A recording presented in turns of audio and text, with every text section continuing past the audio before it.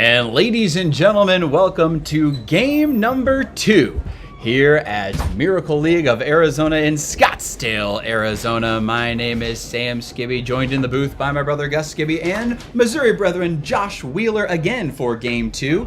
We thank you for joining us for game 1. Let's talk about game 1, fellas. I mean, perfect way to start it off. The play-in game between the O-Bombers and the Las Vegas Whifflers. No runs were scored the first 3.5 innings, and all of a sudden, it just exploded from both sides of the game. Sam, it had everything you want in a game. It had great hitting, it had great dominant pitching, and it is the epitome of wiffle ball. It was fun to watch. I mean, it's hot out there, Josh. I mean, it's like 92 degrees in the booth right now, but I'm sure on the field it's over 100 degrees.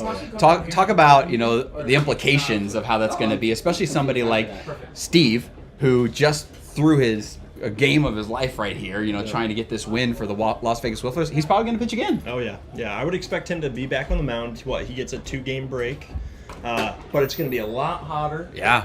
And the fatigue from that first game is definitely going to be there. So it's going to be interesting to see how that goes. Yeah. And it's a heat wave across the country right now. I mean, from West Coast to East Coast, everybody is seeing that heat rise. Where we live in Missouri, it's a beautiful 80 degrees right now, and now we're here in 100-degree weather. But it's going to be interesting to see how the heat plays a factor today on the field. Here at Dan Herron Field in Scottsdale, Arizona, let's talk about the upcoming matchup that you have in front of you. We have the Dallas Pandas and the Boston Harbor Hawks, the number 6 seed Dallas Pandas versus the number 3 seed Boston Harbor Hawks. And the Pandas, they started out slow in the year. And just as of recent, their hitting has come alive. I'm sorry, that's my mistake, everyone. It's the 4 and 5 matchup. The Boston Harbor Hawks are 4. We need to change that on the live stream. I don't think it's possible, but maybe I will be able to. We'll see. But yeah, the Pandas hitting has come alive in recent tournaments, and they're going to need that here if they want to make some noise in the playoffs. And we'll change it later. And this is a round 1 matchup. The winner's going to face off against the number 1 seeded Los Angeles Naturals, who won 3 out of 4 tournaments for BLW. And you kind of see a feature matchup breakdown of how they all hit and played on the field. Right here, Dallas Pandas have a slight edge in many of these categories on the hitting side, and then on the pitching side, you see the slight edge go to the Boston Harbor Hawks. From what we can tell, fellas, we see a matchup that looks like it's going to be Brody Livingston on the mound for the Pandas versus Jake Sullivan on the mound for the Harbor Hawks. Surprised at the Harbor Hawks situation here? A little bit, yeah. I mean, Sully is a great pitcher in his own right. He was probably the best pitcher in Mall in 2025. I did hear that he's been facing a little bit of an injury, though, so I don't think it was quite expected to see him on the mound. But he's definitely a formidable opponent and someone to throw. So I'm curious to see if his velocity is lower since he's hurt. I guess we'll find out. Viewers will find out. And it's hard to tell when they're warming up, right? It's hard to tell because they're just kind of getting loose, but we'll see in this first inning just how fast he is throwing and how much that injury is affecting him. But he told his team he feels the best he's felt in a long time, and when you have a guy that's that confident to go out and want the ball so that they can save their ace, Randy Dalby, for the future, I think you take the shot. Yes, absolutely. And the Pandas have Brody Livingston on the mound. And we were talking with Brody yesterday. We were. And how many innings did he say he has thrown in this wiffle ball season? He said 300 innings in over 100 games, something like that. 300 innings. So his arm has definitely been used. And you would say this is the end of the season, but it's actually ramping up. And it's the beginning of wiffle ball season, basically. He's played in so many leagues that this is almost like spring training, just like MLB baseball, because it's the end of BLW for this first season, but it's the beginning of many other spring and summer seasons that are to come. So it's almost like a spring training warm-up. You can see Brody kind of working his arm, doing his arm circles, trying to get that thing loose, and he's going to have to come up big for the Pandas if they're going to make a run. I'm excited. What are we expecting here, Sam and Josh? Are we expecting a hitting game? More of a pitching duel? Oh, I don't know. I mean, I kind of hope it's a hitting one at this point. And with Jake Sullivan on the mound, and Brody can shut a game down at any point. He is one of those pitchers that when he needs a strike, he can put it and place it wherever he needs. But will the fatigue get to him, and will we see some hitting from both sides? These are both 2 good hitting teams. The Pandas have come alive with their bats, and we're excited to see that continue. And I know Ethan Weiner coming off of a fantastic hitting performance in Dallas, in LA as well. So it's going to be exciting to see how the Boston Harbor Hawks kind of play that. And it was Dallas, excuse me, because in LA they did not make the playoffs. I know that was one to forget for them. Had a nice tournament in Dallas, and now they're hoping to continue that here in Scottsdale as Jake Sullivan takes the mound for some warm-ups. I want to thank our sponsors as well. We'll kind of bring those up. iConnections and Fanatics. Thank you for all your sponsorships. We're so excited to see which team is going to bring home the $5,000 in fan cash from Fanatics. Wow. I know, that's a lot. And we also want to thank Pinnacle Aviation and Grand Slam System. Josh Wheeler right now running the Grand Slam System for the team so that the players can focus on the game and the stats are being taken care of here in the booth. And then we also want to thank Sessa Capital. Thank you for all of your support for BLW season. Nice screwball from Jake Sullivan there. It looked like the speed was up as his ace Randy Dalby looking on. Ethan Weiner standing in the box. Looking good. Jake Sullivan says he looks good. We're here at Dan Aaron Field, the Miracle League of Arizona. What a great host. What a great venue. In the background, you see these mountains and cliffs. Yeah, it is breathtaking, to say the least. And you continue to see mountains in the horizon, too. I don't know if people can see it. You can kind of see it on the screen if you're looking, everybody. Right in the middle of the left side of our screen, you see that palm tree sticking out and then more mountains behind that. What a beautiful scene. And here's pitch number 1. Jake Sullivan, Brody Livingston, strike 1.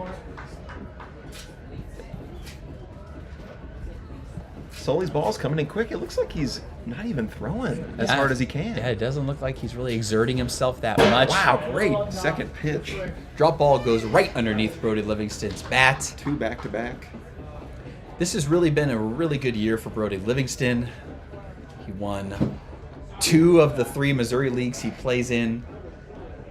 He has so much success in BLW in their summer season before that. And he's only 21, 22? It's crazy, right?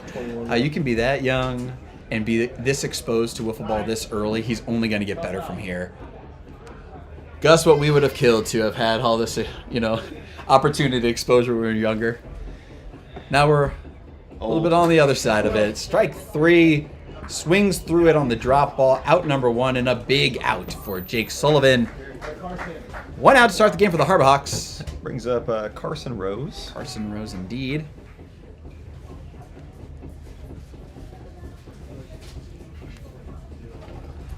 Great first Nice pitch. A screwball is so tough from a lefty angle to a righty. It's the one pitch you really got to watch out for a lot of times. Although if he ends up pitching that wide, it's going to go right to a barrel. Soli's establishing the zone early, which is very smart as a pitcher in wiffle ball. You want to establish the zone early, and then you can get a little wild. Yeah, some fantastic lefties in this league for BLW. Lefty pitchers, Jake Sullivan being one of them. His teammate Tom Gannon is also a lefty pitcher. You have Brody Livingston, who's also going to be this lefty-lefty matchup today. Our teammate Tyler Flackby. I mean, the list goes on, and we don't even mention the Cy Wiffle, Mike Whitty as well. 3-1 to Carson Rose. Love to be the first batter to be on base for his team.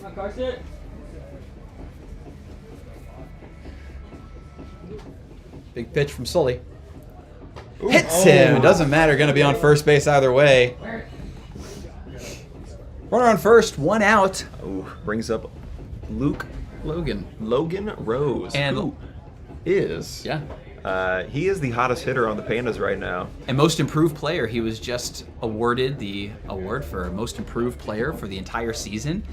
And he's also the commissioner, so a lot of responsibilities, not only off the field, but on the field for his team. He has to step up and continue his hot streak at the plate.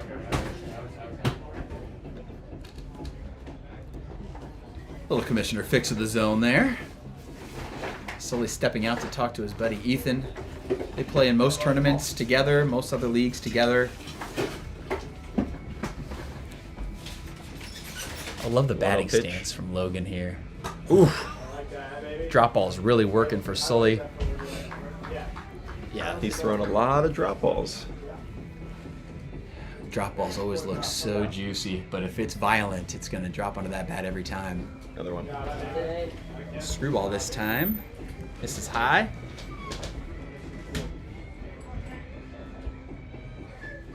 It's getting hotter in this booth. You can tell it's definitely hot out there. Ooh, close. In a little bit, Gus and I are going to exit the booth, and you'll have Tommy Hernandez entering the booth to be with Josh Wheeler as your commentators for the next 1.5 games here. And you're in for a treat. Tommy's a great man, and he's going to provide some excellent commentary and some humor. Yeah. First and second are the Dallas Pandas to start. Luke Rose here. Hits him in the back. He established the zone early, but now he's in a little bit of trouble. And you see Ethan looking out to Tom Gannon. They both warmed up, guys. I think they're going to be a talk here. If this guy gets on base, you got to believe Sully's getting pulled, right, Josh? Yeah, you don't have the luxury of No. messing around here. This is do or die. Yep. You got to get your best pitcher in the game. Yep. And it's hard because what does Weiner say here? He can't say, "Dude, you can't walk this guy with your last batter," because then Right. it gets in his head. Yes, you got this. You got to buckle down here. Hopefully, he said the right thing to get him these strikes. It was low. Man. It was low, barely missing, 2-0. Weiner with the custom bucket hat as always. Nice pitch. Definitely needed that for Sully. Panda's talking back here. He Trying to has get the only strategy. thrown one riser. And Probably. the drop ball is the only thing working for a strike right now. Pandas are recognizing it. Luke's going to be looking this one now, but he's got something to play with. Let's see what he does. He went right back to the drop. He wants this out. He wants to go with the strike. He cannot afford a walk here. Nice foul off from Luke Rose. Luke Rose in the home run derby tomorrow. No way. Single. Clean single will score a run. Be first and third as the Dallas Pandas an early run. Wow. Luke Rose with a beautiful hit on a drop ball. 4 drop balls in a row is not going to cut it, though. 2 walks and a As a pitcher, great hit. you just can't. Yes. You can't pitch that many of the same pitch in a row. It's going to come back to bite you, and it did here. But if that's the only one that's working, I think the Harbor Hawks have to recognize. And here's my take, and this might be a hot take here, Josh, but do you bring in Dalby now? Do you shut the door, make sure you get the win, and you just hope for, some offense for your team? Yeah, it's always a tough decision. You would like to give Sully a little bit more time, but like we said, they don't have the luxury of that. It's do or die, and I think if I'm in that situation, I'm going to go to my best guy, and it's just the tough decisions that you have to make sometimes. And it's 3-1 right now. If this is a walk, you got to believe they're going to Gannon. Yes. But in my opinion, is Dalby the better option to just get out of this inning, put your best out there, put your best foot forward? Beautiful pitch from Sully, though. Don't count him out yet, folks. Full count, big pitch here. Thank you for joining us on the live stream. Huge pitch, and Brody swings through it for out number 2. Big strikeout for Sully. Got a big swing from Brody there. Yeah, that was a big out. Now they just need the easy out. They can flip it to second base. Flip it to second for the easy out here. Drop ball working. That was a high one. Man. If Sully can get out of this one, then at least the Harbor Hawks can go back to the dugout, talk about what they're going to do, see how their offense is rolling in the bottom of the first. Gets another swing, and I tell you what, there's been no strikes unless it's been a drop ball. As a team, do you just sit and not swing at anything except drops until he proves great it? analysis, Sam. Or is it just common sense? Ooh, calls time to the backstop. Granted. Whoopsie daisy. That's a good waste pitch, Throw it behind him. Make his eyes off. look backwards. Yeah, absolutely.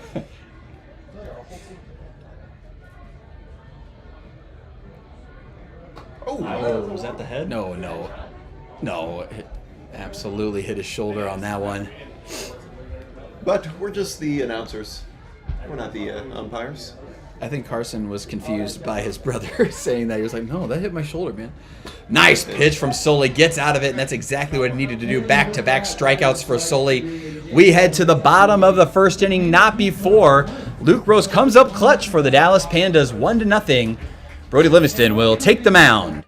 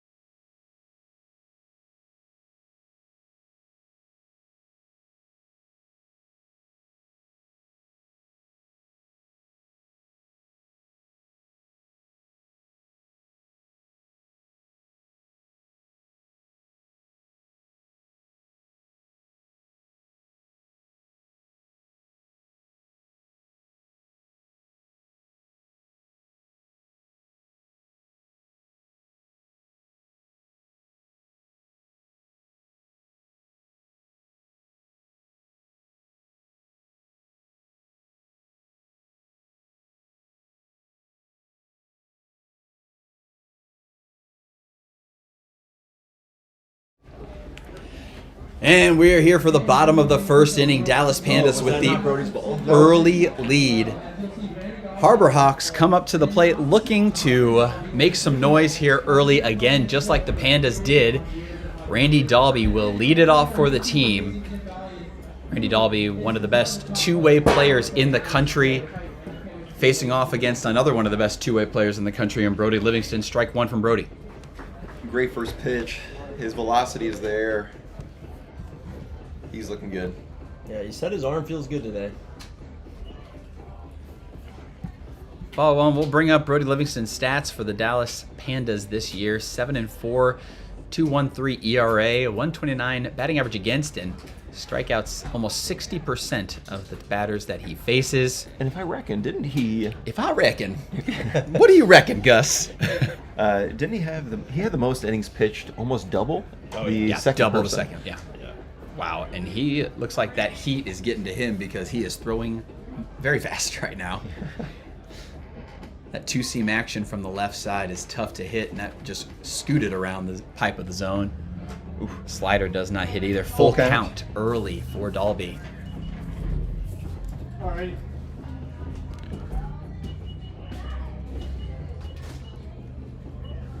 Strike three, that'll do it for the first out. Nice screwball from Brody Livingston. Out number one for the Pandas as they throw it around into the outfield and back to the infield. Ethan Weiner coming up to play. The well-traveled Ethan Weiner. Ethan Weiner probably plays the most wiffle ball out of top 5 players in the country and has one of the most interesting batting stances you will ever see. Yes. He is a pure oppo hitter. Pure. It's the purest of the pure. He is. The footwork of Ethan Weiner is ugly, but so impressive. Well, and that's the beauty of wiffle ball, Sam. You can have whatever stance you want. Yeah. And you can do whatever you want. As long, yeah. And the way he shuffles his feet is just so interesting. And it works. Yes. It time and time again, it continues to work for Ethan Weiner, coming up in huge clutch moments for his teams that he plays for across the country. Ooh, he did not go. And one of the best check swing holders in the world. 3-0 count.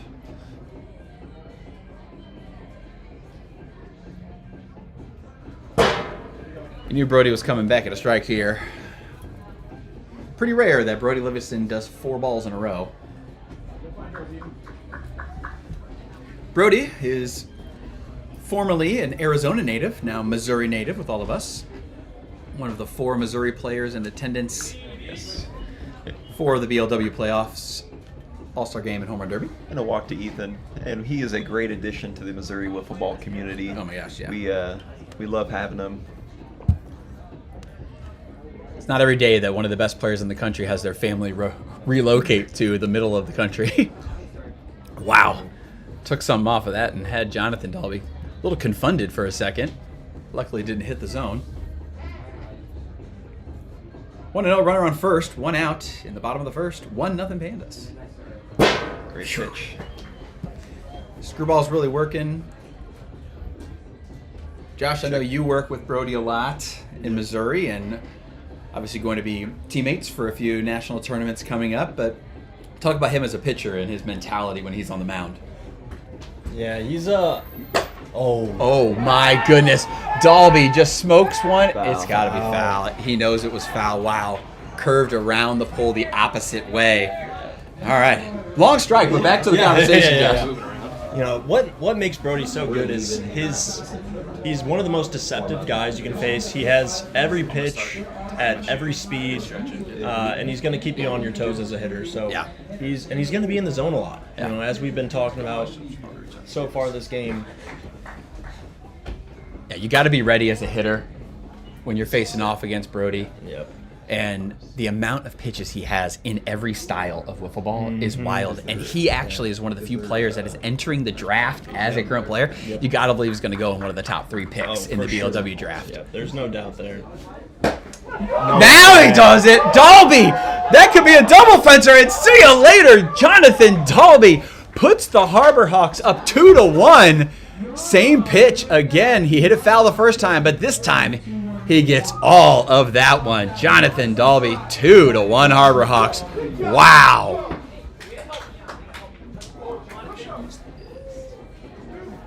Legal. Wow. Wow. Brody pumps 100 after that. He squared Strike that one couple up, times. and Oh, man. that was a no question. And that was one of those little 2-seam action pitches from Brody that just came right into the barrel of Jonathan Dalby. He was ready for it. Same pitch that he hit the foul ball and the home run on. Seemed like he was sitting that one. He did not swing. He did not swing.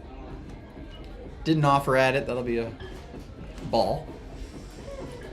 Jim Ballion rounding out this 4-man lineup.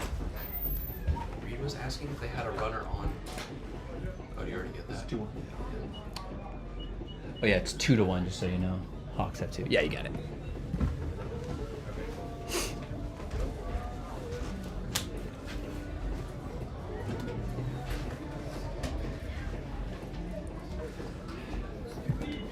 It's still early in the game, Sam. Yeah, I mean, anything can And happen. It's the first inning. That's just wild. 3 runs already scored in the first inning. We've had, between last game and this game, that's 3 innings in a row where we've seen some offense just explode.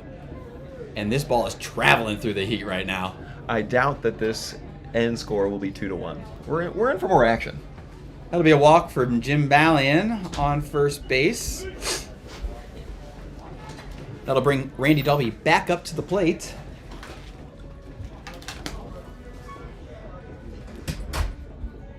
We are in for some great wiffle ball today, folks.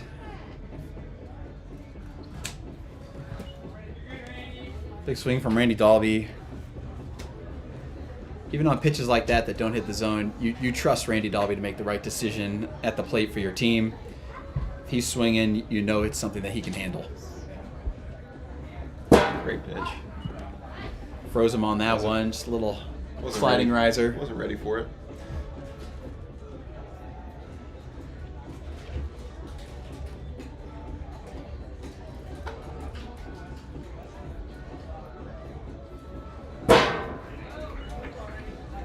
Hunter. 2 outs now in the inning. Ethan Weiner coming up to the plate, hoping to make a stamp on inning number 1. This is not the inning Brody wanted after getting a 1-0 lead. You know Brody will be hungry to get back up to the plate for his team. Oh, yeah. Ethan really had that one on lockdown. What an impressive at-bat, though, by Jonathan Dalby. Oh, my The gosh. fact that he barreled 2 in Yeah. one at-bat Yes. was crazy. He's locked in, and if I was Brody, I would definitely be pitching around him this next I at-bat. would not pitch the same pitch, that's for sure. And I mean, you saw that pitch, same pitch just got to Ethan right there, and Ethan almost had it. Ooh, a lot of speed coming in, but lost control. 1-1 count. Maybe Brody has to go away from that little two-seam action he's got. It's a little too flat right now in this heat.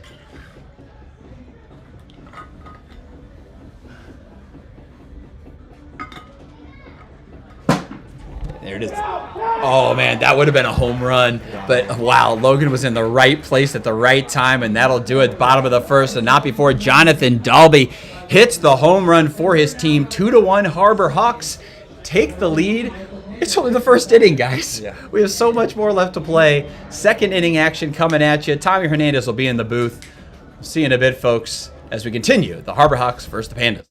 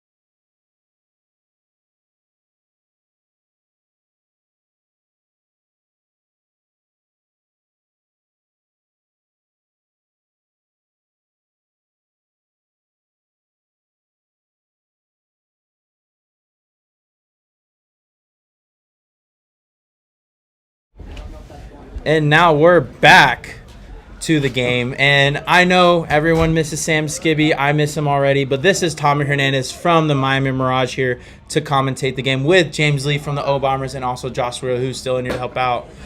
And already, first pitch, we got a ground out. But, hey, I know you guys probably already talked about it. Logan Rose with an amazing season so far. James, what is that? How does that...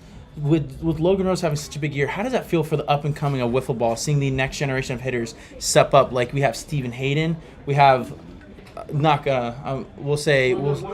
Logan Rose, Brody Livingston, all these guys. Yeah, I think it's just, a testament to the growth that Logan's trying to build. Just the growth of wiffle ball in general. I know. Oh! Wow. And started to run, but gone! Luke Rose just tied the ball game, and we're in on the booth right now. This is crazy. Luke Rose, who has been taking a little bit, just got the opportunity of a lifetime this game, and just hit a absolute shot to tie the ball game, giving Brody a little bit of help. But let's see if Brody can help himself at the plate. Yeah, and it's really hard to get under those drop balls, especially Jake. He's a funky pitcher. Ball moves a lot, but that was an absolutely beautiful swing by the Rose brother. You can say that again. Jake has some of the most insane movement I've ever seen. I've actually got to talk to him a little bit about it, and I was like, what mountain did you have to climb?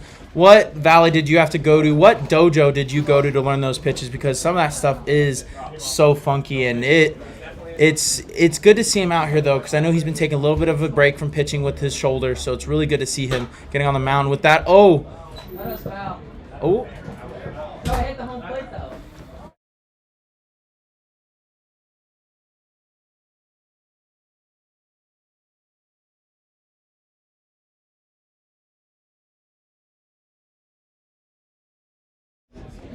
And that was ruled a fair ball. Oh, we have a timeout. Fence falls. Fence just fell down on us. Oh, man. That's a heavy fence, by the way. We helped bring that over Yeah, James Lee from himself. SoCal. All the way from SoCal. That's a heavy fence. James Lee, Shout out Dustin, though. Dustin Staggs with the help on that the one. Scorpions, helping us out. Yeah, shout out James Lee. He's the one who brought it. He drove in his amazing minivan all the way out from California with the fence. I'm very excited. And we have 2 outs now with Carson Rose coming up. Carson with some big hits in the last tournament. Had a really good one against Jeff Lopes, who's one of the best pitchers in wiffle ball. So we'll see if he can help the team out right now. And Lopes, by the way, took on the rise all the way to the championship. And then we got to see KO in that final, and he was disgusting. Yeah, talk about some young up-and-coming talent. That Kale Foreman kid can really play. Oh, great take by Carson. That Kale Foreman, that's even in like Missouri last year when I got to watch him play in the MOIF Classic, which is, by the way, a beautiful tournament. Shout out MOIF Wiffle Ball. We love MOIF. They have Kale has just such a good bat on him too, and it's like really crazy. He's just such a good all-around player. Shout out Connor Smith as well. The On the Rise, that On the Rise team, they played with Jake before. James, I know you've talked to him a little bit about that stuff, and just what a great organization. And it was so cool to see him out here with Carson with the walk. Now we have the commissioner up, Logan Rose, and we'll see if he can help his team take the lead. First pitch, oh, just missed. That drop ball has so much movement. Yeah, and, just from the funky arm angle, too.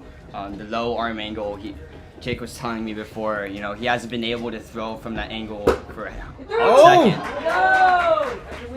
Was that clean? That was.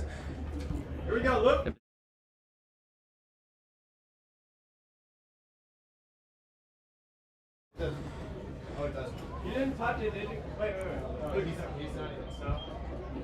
And Logan showing his clutch teams with a clutch single. Just now moved the runners on first and third with 2 outs. Luke back up. Oh, and just took a big hack for strike 1. That risers are playing really well in this heat. I was looking at, I was throwing some, just watching some firsthand from Steve. They're disgusting, and that is just on the corner with a perfect pitch. A lot of drop action on that screwball, overhand screwball. What's the count? 1, 2. Sorry, we had a little bit of some scoreboard difficulties. Now we're back. 1 ball, 2 strikes. Look at the shift they have on Luke. Oh, and almost hit a nice shot down the line. The shift that they have right now on Luke is kind of insane, but I get why. Luke tends to hit that nice little oppo shot. He has so much power to the opposite field. You can see that in Weiner, too. He also pummeled a ball an inning ago, maybe a couple innings ago, all the way into right field, but just sat right in front of Tom Yang. Oh, and he just missed that one. But Sully gets out of the inning, and he kept it tied. And we'll see if the Harbor Hawks can help out Sully and get some runs on the board.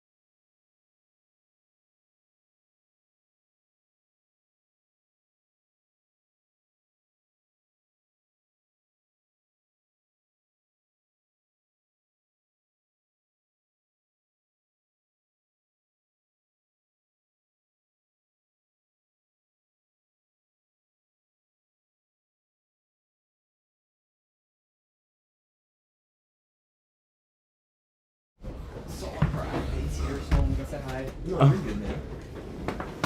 All right, and we're back a little early just to talk about one amazing man, Luke Rose. Luke Rose has started off this game hot, and we just got to say, he only has around 15 at-bats in all 4 tournaments combined. So those 15 at-bats, even though not a lot, we get to kind of see the depth that the Pandas have. Even though he hasn't got very much, Luke Rose has so much talent and skill. And talk a little bit about that, James. What does that kind of show off about the depth and talent that we have, not just on the Pandas, but in the league in general?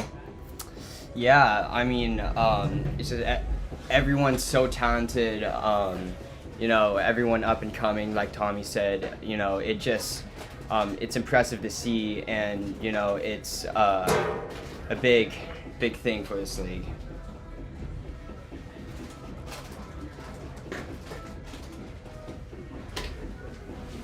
And in the wiffle ball community, seeing the old school player with the new school now is just another thing to see. That's big. Seriously, you're seeing some guys who've been playing. I talked to Randy before the game. Randy's been playing for 26 years. Ladies and gentlemen, I'm 22. He won his first national championship in wiffle ball in 2003. I was born in 03. He won the year I was born. To see the different talent on both sides, the ones that have been there for a long time, and also see the new talent in the Pandas.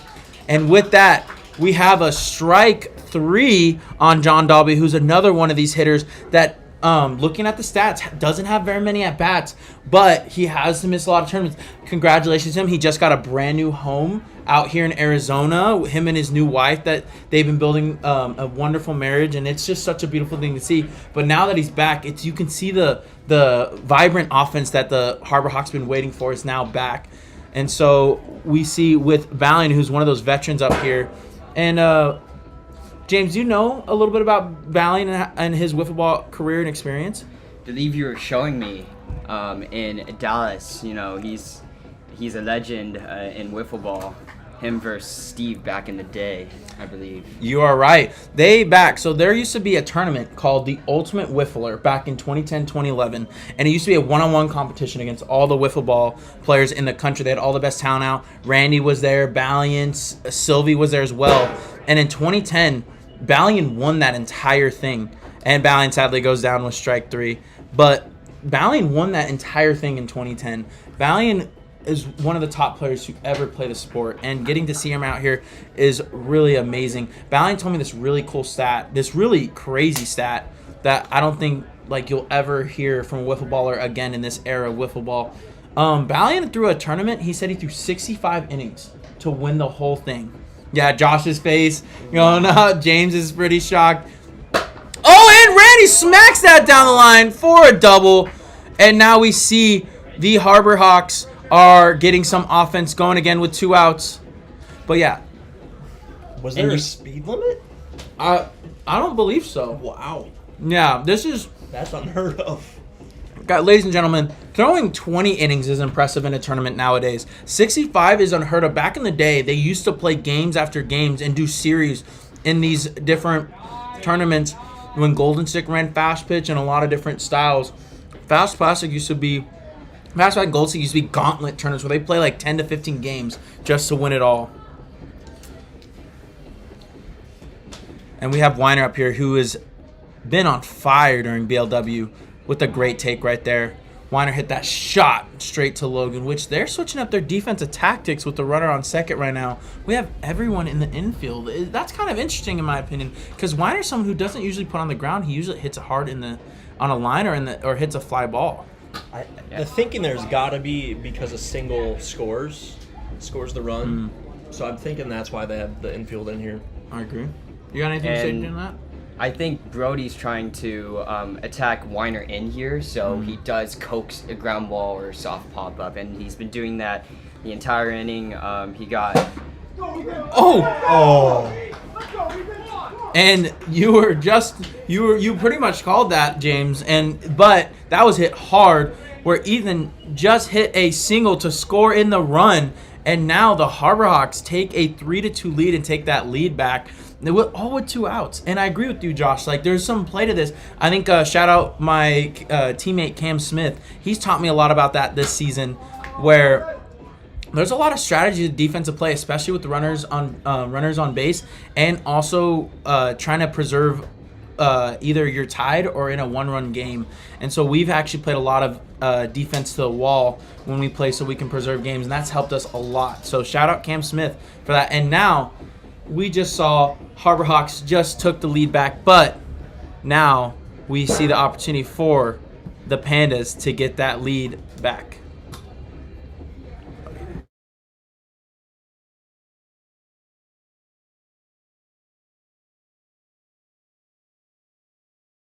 Perfect. Oh, shit.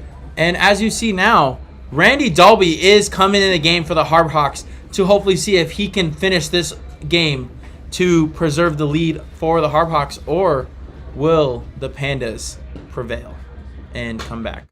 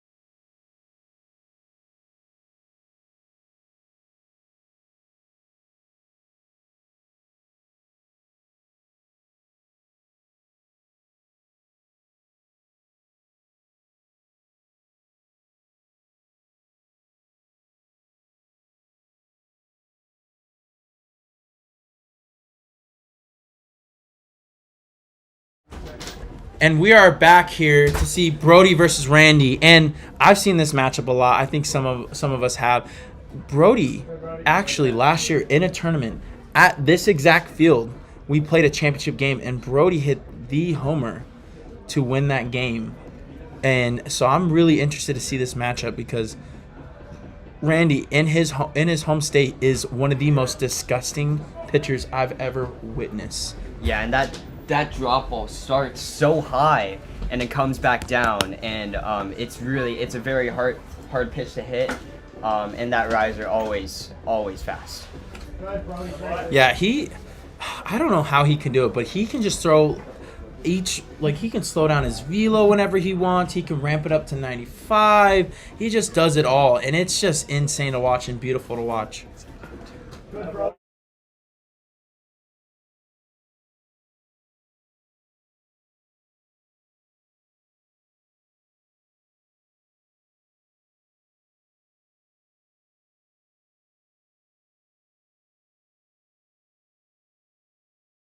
What 8? Oh.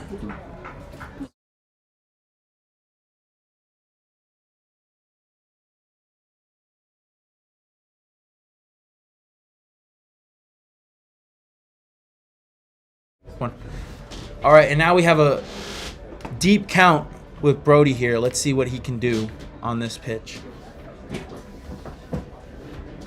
Oh, and a great take by Brody. Oh, man, that was close. And that is now ball 4. And we have a runner on first for Carson, who has been very clutch for this Pandas team all throughout BLW.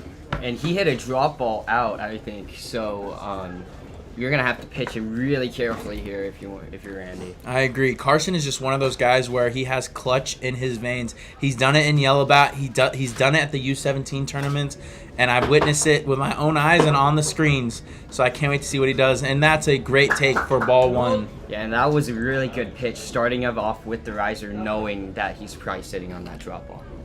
I always am curious of what goes in the head of some pitchers, especially someone like Randy, who looks like he's just having a good old time playing wiffle ball out there. It doesn't even look like he's taking it super, like he's not super frustrated at any time. He's just having some fun. And I take a little bit of inspiration from that, going out there loose, having fun, not taking a loss too seriously. But going out there competing, obviously, you don't want to lose the competitiveness and by having too much fun. I agree with that. Hey, wiffle ball is a kid's game at the end of the day, like all sports is. It's fun to compete at a high level, but it's also the most important thing, it's fun. And so that's why you get to see a lot of people smiling, having fun. You saw Stein's homer, him getting all energetic. And that's one of my favorite parts, is getting to see all the energy that's out here. And it hits his hand and is now a 3-1 count. Randy getting into a little bit of trouble early. I believe that hit somewhere near his forearm. Yeah. Taking it off a little bit, but it'll be fine. It's a wiffle ball. If I'm not wrong, that's like Carson's 3rd or 4th time getting hit already today. Carson's just a magnet for the ball. He just, sometimes that's what happens as a hitter. It hits you every time. So let's see what Randy has for this 3-1 count. Oh, and he throws a high riser, just missing the zone with Carson chasing. And now we have a really big 3-2 count here because the Pandas already have a runner on first. If Carson gets on base, that puts up Logan and Luke up next, who have both been very hot for this team this game already. And we have the pitch coming on right now. And that clipped. Oh my goodness, how did that even hit? What a pitch by Randy, getting the first out, changing the momentum a little bit, but let's see if Logan can take it back. Yeah, and I think that was a game plan, attack him with risers, give him a drop ball maybe once or twice, but I think that was a game plan right there, and that was absolutely dotted. That was absolutely dotted. Oh, what a pitch too right there. That slide drop he has is disgusting. I think I overheard Carson Rose said on that pitch that he tickled the zone, and I think that's a great way of saying it. He really tickled the corner right there for strike 3. And now we have an 0-1 count right now on Logan. Oh, with a great pitch by Randy. We got an 0-2 count. Randy has a lot to do. Randy has a lot of pitches in arsenal. I'm really excited what he's going to throw. I know he's got a really disgusting knuckleball in that arsenal. I kind of hope he throws it at some point. But We'll see. That would be nasty here, especially not seeing a lot of knuckleballs being thrown in fast pitch. That would be Seriously. fun to watch. Oh, and he throws a drop ball. Ooh, it just fouled off. And that was low too. That was a good chase pitch to have. Still 0-2. Randy's got a lot of pitches to work with coming into this count. And if I'm not crazy, that honestly looked like he took a little bit off of that. Like he slowed it down a lot. Oh, and there's the infamous changeup by Randy that sadly completely missed. He went even slower with that one. You're talking about slowing it down a little bit, getting the hitters off timing. He tried to get him even more off timing there, unfortunately, just too far inside. Oh, another great take by Logan. We got a 2-2 count here. Real quick, I'm going to take a selfie with James Lee. And there I go. I'm sending that straight to Bryce Clark because him and I now do snap streaks. It's pretty funny. So we have a 2-2 count now. Let's see what Randy will throw. And that's a great riser for strike 3. And now we have 2 outs with the hottest hitter for the Pandas up in Luke Rose. And that was, perfect execution, just attacking Logan right there, knowing you just threw 2 waste pitches, locking right back in on that 2-2 count. Exactly.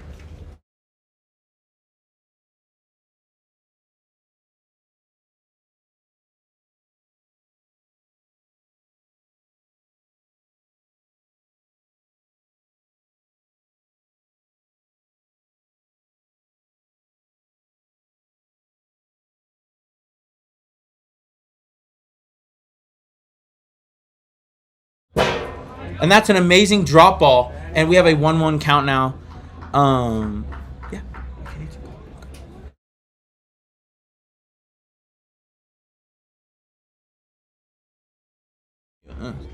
And here we go. We got the 1-1 pitch coming in. Oh, and that's a ball outside. And now, like in the corner. Yeah, just get that back. And we have Luke with the opportunity to do some damage here. We'll see if Randy goes with that drop ball. I think Luke's been seeing that really well. Oh, he just missed it with the big hack. Oh, man. That was a healthy cut, He's been on the drop ball all day, just on top of that. But Randy, his drop ball just moves different from Jake's, and you could see why he missed that right there. You really can tell that difference in the movement.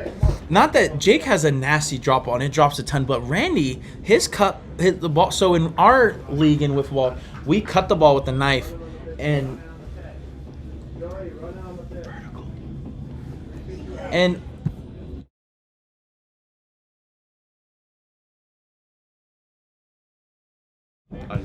And that is now strike 3. What a pitch by Randy. But as I was saying, something really cool about our fast pitch league here with BLW is we cut the wiffle ball usually to get more control. And usually you'll see a lot of different cuts. You'll see heavy cuts. You'll see maybe a bunch of lines or like grid patterns, checkered patterns. But Randy only does like 10 cuts in the ball. It's very minimal. It's almost like the ball's fresh out of the box, and he does some crazy movement and we'll be back at the bottom of the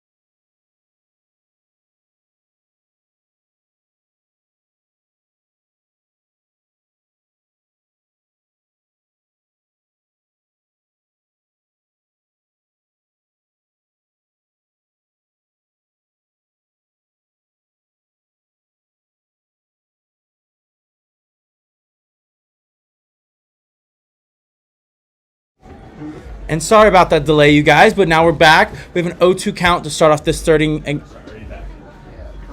Oh, and with the ball. We already got a quick out here. And Brody, even though he's getting 3 runs, he's still just so good at what he does. He's so crafty. Here. Is there anybody who's not playing that King Star?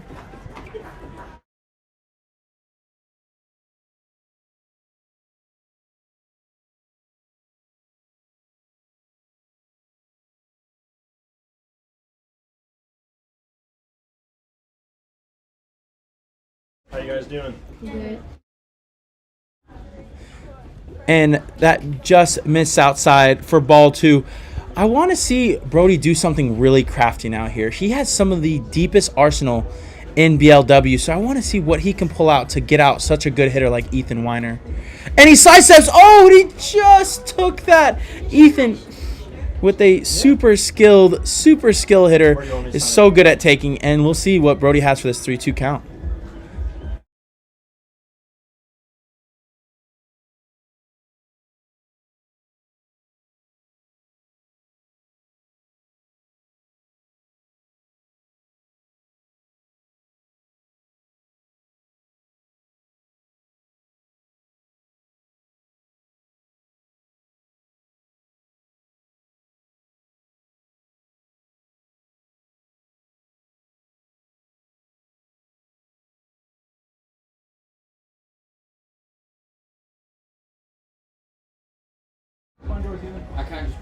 And we still have a 3-2 count here on Weiner, and we'll see what Brody has. And oh, he foul tips it still. Oh my gosh, Weiner's so good at hitting the ball that he hit. Jonathan, did Randy walk? Out too. And now we have a 3-2 counts with 2 outs. We apologize about that. Let's see what Brody has. Oh, we might have a controversial call here because I think that's a foul ball. Oh, we got a foul ball here. Okay. Never no contra. Oh.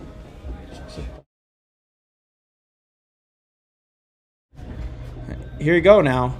And we got strike 3 by Brody Livingston with that beautiful rise ball. What a great inning by Brody. And now we go to the top of the 4th, and we'll see if the Pandas can put up some runs.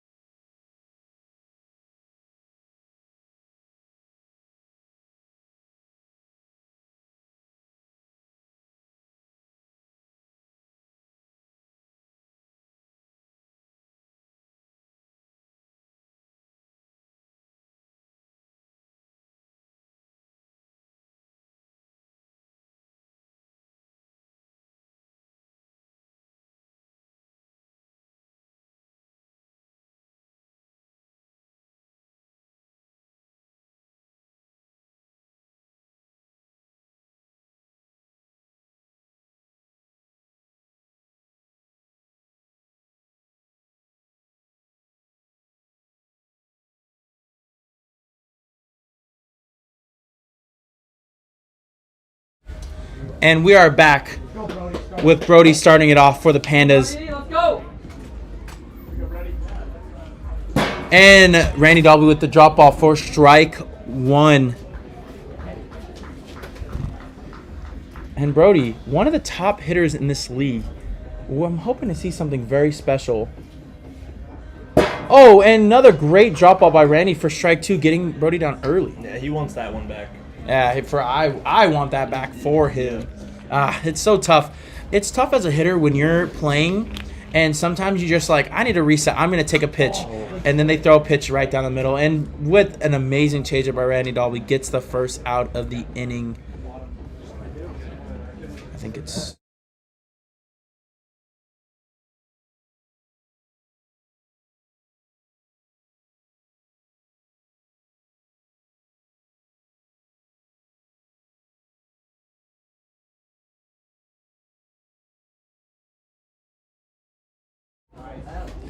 And Carson Rose doing what he has been doing all day, getting hit by the pitch every at bat for ball one. And James, we're kind of just talking about, Josh and I were just talking about as a hitter, like it's so tough. Sometimes you want to be patient and you'll just take a pitch just to get locked in, but sometimes it's the best pitch to hit. Oh my goodness, we just witnessed a line drive by Carson telling Randy, stop hitting me with the ball. This is dumb. And hit it right to Ballin, who almost made an amazing play for a single, which honestly, that's an amazing play by Ballin because that could have been a double, which would have been huge for them. And you never know. He threw a riser, and sometimes, you know, those risers keep rising when you hit it, and it can even hit the fence, go over the fence. You never know. Oh, and that's a great hack by Logan. And he is now in 0-1 count.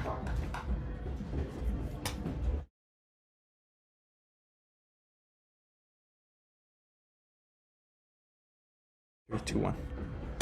Oh, and Logan. Ballin gets it. He's trying to turn two with this. Let's see if Randy can do it.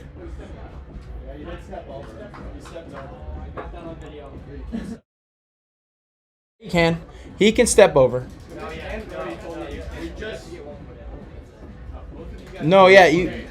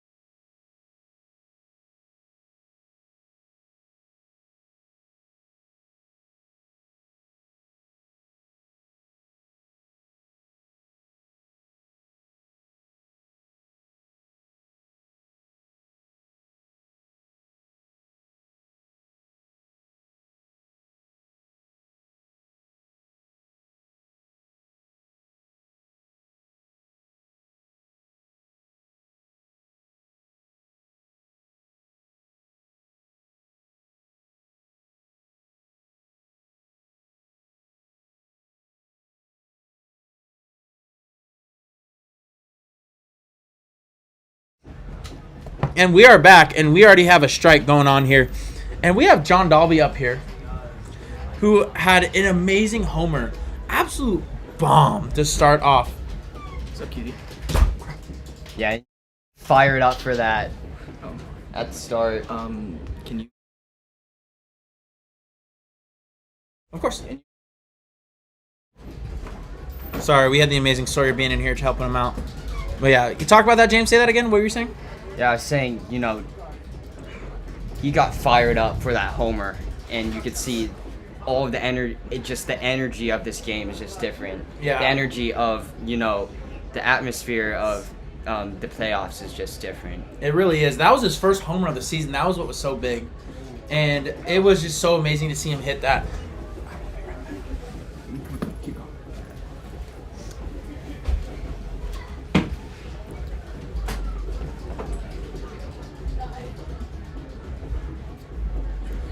Brody, 1-2 count.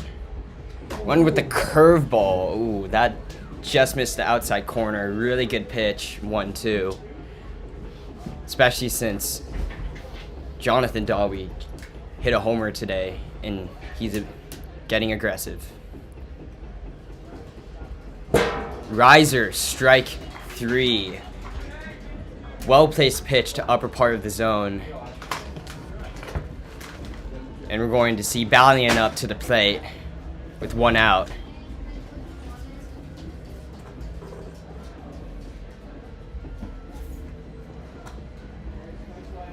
Screwball low, takes it for ball 1.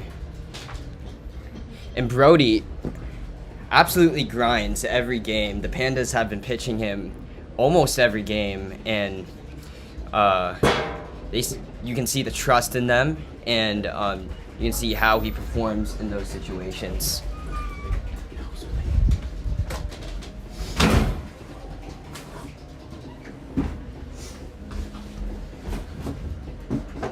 Oh, and just missed by Brody Livingston. We got Tommy back. Yeah, sorry about that, guys. It's pretty hot out here. I had a little bit of a nosebleed. Man, it's getting to me a little bit, even though I'm not even playing.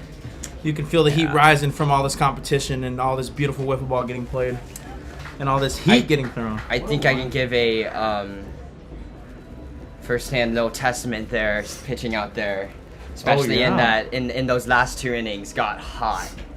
Yeah, dude, I can't even imagine. I know that game, the heat went like 10 degrees up just in like 2 innings.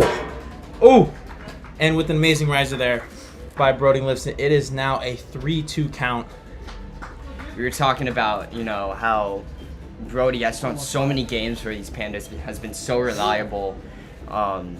It's thrown, I think, the most amount of innings, and that will be strike 3 on a 3-2 count. But, just how about the work ethic from Livingston? Oh, yeah. Just pitching, almost flawlessly every game, almost every time. Yeah, Brody is just put in the work. And so this is someone who in 2024 blew up really. In 2023 was getting into it. 2024 really blew up on the scene. And he just keeps getting better and better each time he comes out with new pitches, a new arsenal, putting in the work in the at home, and then comes the tournaments just dotting. And he does lead the league in innings by a huge margin. He is first with 45 innings, which we already talked about Balian throwing 65 in one tournament. So we have to talk about Balian already broke that in one tournament. But that Brody himself has thrown 45 innings. Second is 31. That is a lot of pitching to do on someone's arm. And he just, but Randy just smoked that one down the line, or right past Luke Rose at shortstop for a double. And the tough part about this Pandas team is they don't have their number 2 arm in Jackson Blum. He is sadly not here. So what do the Pandas do if Brody gets in a little bit of trouble? What do you think they're going to do, James? We saw some of them throw out Dude Perfect. Maybe we see one of the Roses come out and throw some pitches, just to get some hitters off of seeing Brody for so long. As long as they can keep the same close, maybe even tie it if this goes extra innings. So we'll see for sure in these upcoming innings. As we see Brody, I believe that ball may have broke or may have squished. And, that almost happened out in the first game to actually both pitchers. The ball's getting really squishy. Yeah, and I agree with that. And it's crazy. You have Carson Rose, who's actually one of the best pitchers for U17. He's one of the best pitchers in all of U17. And they've been saving his arm a little bit. He's been going through a little bit of arm issues. So I'm interested to see if they need to go to Carson. Will he step up? Because Carson is very good at pitching. And so I'm kind of hope to see Carson can possibly go out there, especially to help the Pandas go on a run if they can come back in this game. But you do have a little bit of pitching depth on this team. But I'd love to see Carson back out there. We have Ethan Weiner up here on an 0-1 count. Let's see if he can drive in the run. Oh, and what a great take here for a 1-1 count.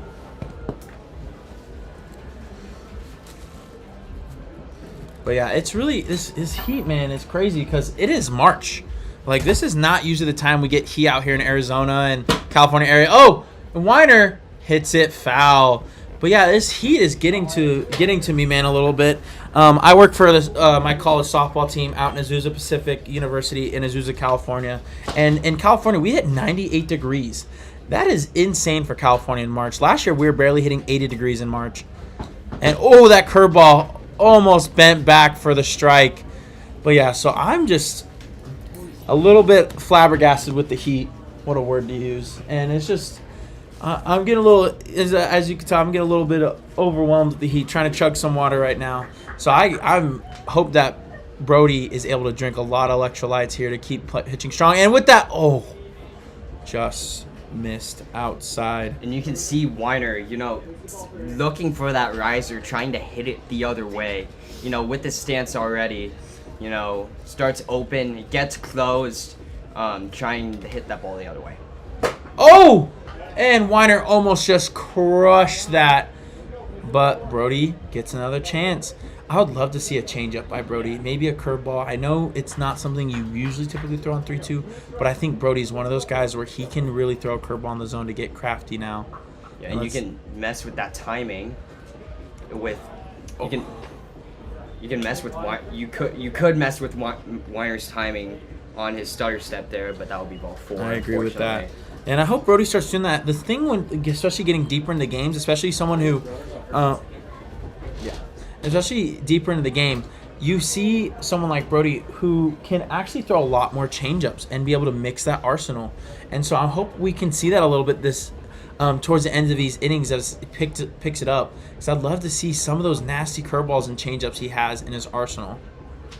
Oh, and he gets to a quick 0-2 count. Let's see if Brody has something nasty for the on-fire hitting John Dalby.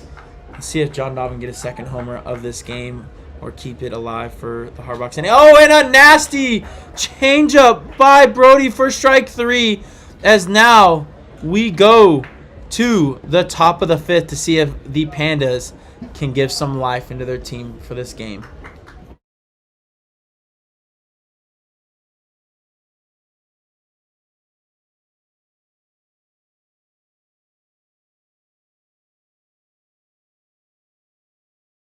Okay. And real quick, with this game kind of heading towards wrap up, we want to show you guys the schedule here. And right now, we have the Dallas and Hard Rocks game finishing up. Next, we have the Vegas Scorpions and Green Apples. I'm really excited about that one. And I want to hear none of these guys in the booth here are on either of those teams. So who do you guys have for that game going on here? I think, Scorpions, have very consistent pitchers. That's basically the SoCal team that came out to UWIFs and took it to the championship. Unfortunately, lost to C4, but had played very strongly, and I think we're gonna see Jackson in that one. They're one of their most consistent pitchers. On the other hand, you've got the Green Apples, who have a ton of depth. The question is really hitting. We've seen clutch hitting from Sam Skibby, from Dudas, from a bunch of other guys. Reed too. So we're gonna see a really good matchup here coming up. I'm not sure what to go with in this one. I think it really depends on who's able to make that clutch hit, and I think in that sense I have I have the Green Apples coming out as the winner. Okay. But this is going to be a very close game. Don't get me wrong. I love Dustin. I love all of those guys, and please don't kill me. I agree with that. Yeah. We're staying in their Airbnb tonight, so please don't hurt us. But Josh, we have Josh here who's witnessed these teams play. He knows some of them personally. And I think what's cool about to have Josh's perspective. Oh. Let's go, Luke. There you go.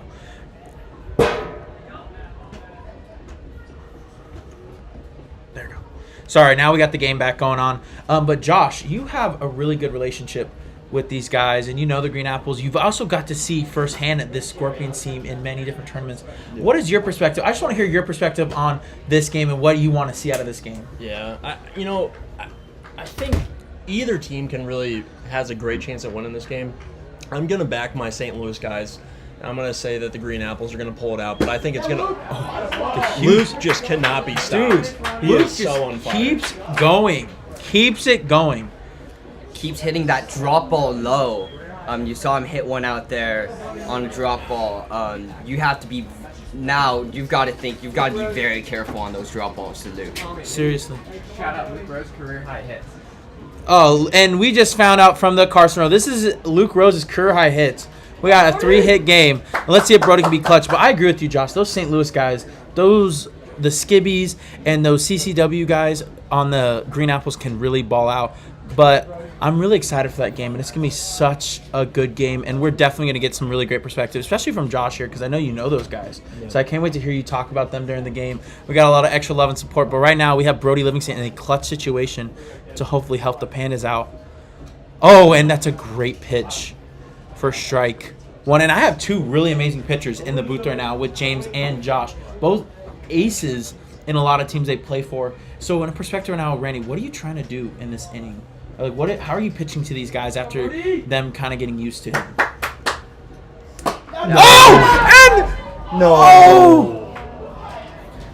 Oh, and Brody just missed it to take the lead. Oh, that was hit so hard. Oh, and it's heartbreaking. And that's exactly what you don't want to do. Talking about what, answering Tommy's question though, you don't want to leave pitches in the zone because they're going to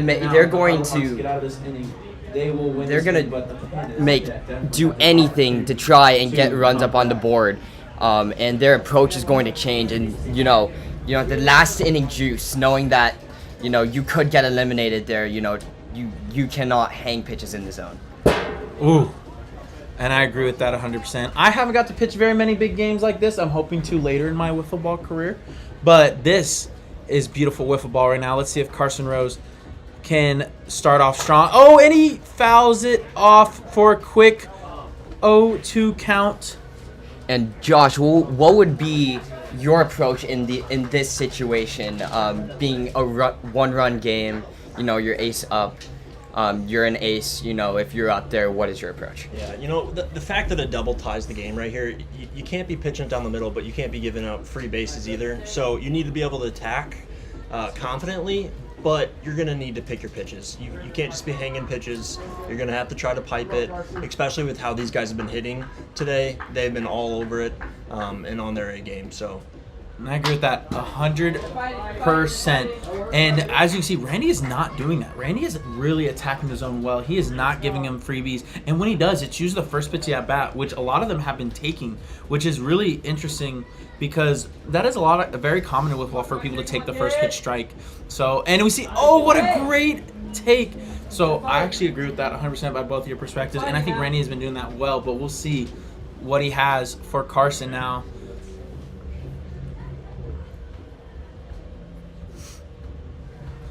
And with a great drop ball for strike 3. And now it is 2 outs with the runner on first. And we'll see if the Logan Rose can do something amazing for the team. The most improved player, This is a big moment with the runner on first. This could make or break your season right here. This really can. And I think this is a great way.